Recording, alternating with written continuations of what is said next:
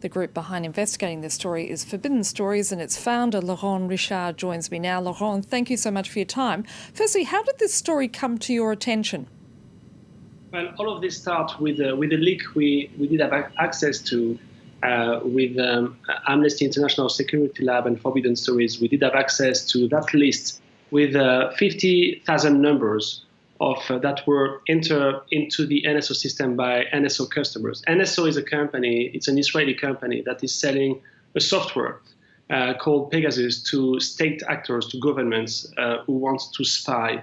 Officially, this software is officially used against criminals, against terrorists. But what we are discovering and what we are revealing with the Pegasus project is that this software have been massively misused against civil society, against journalists, against human rights defenders, against lawyers, against head of states.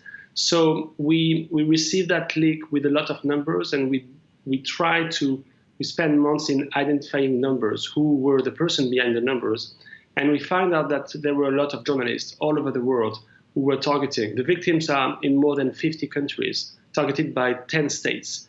And we approached some of them, and we were able to do some technical investigation into the device itself.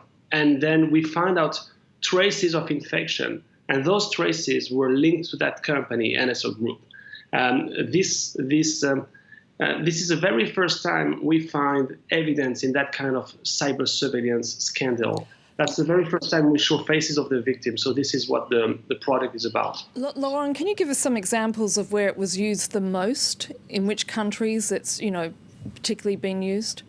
Yeah, there is several examples. Like the fiancé of Jamal Khashoggi, right after the killing of Jamal, while she was waiting in front of the consulate, waiting to know what was happening, and 2 days before, his husband was killed inside the consulate. At that very moment, she was surveilled, and we found traces of that. We found out that the journalist from Azerbaijan, Khadija Ismailova, who was jailed for more than 1 year, was already surveilled, was also on the list, and we did find some traces as well.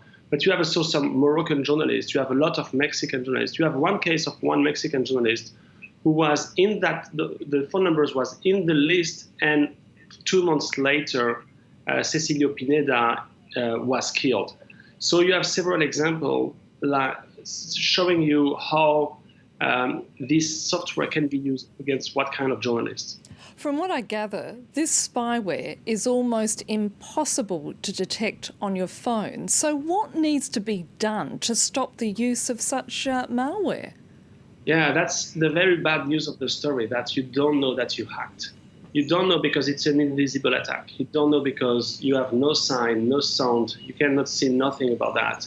It's the few years ago, you were receiving a text and you were clicking on the text, on the link, and that was malicious. Now it's over. They are using techniques that you cannot see. It's invisible. So there's one thing you can do is to know that, but the other thing is not up to citizens, because so far, right now, there is nothing to defend the citizen. Nobody can get the evidence, nobody can sue, and there is no regulation for that private market. And how do you do it when a number of those using it are using it against their own citizens? In other words, there are governments who are using it themselves.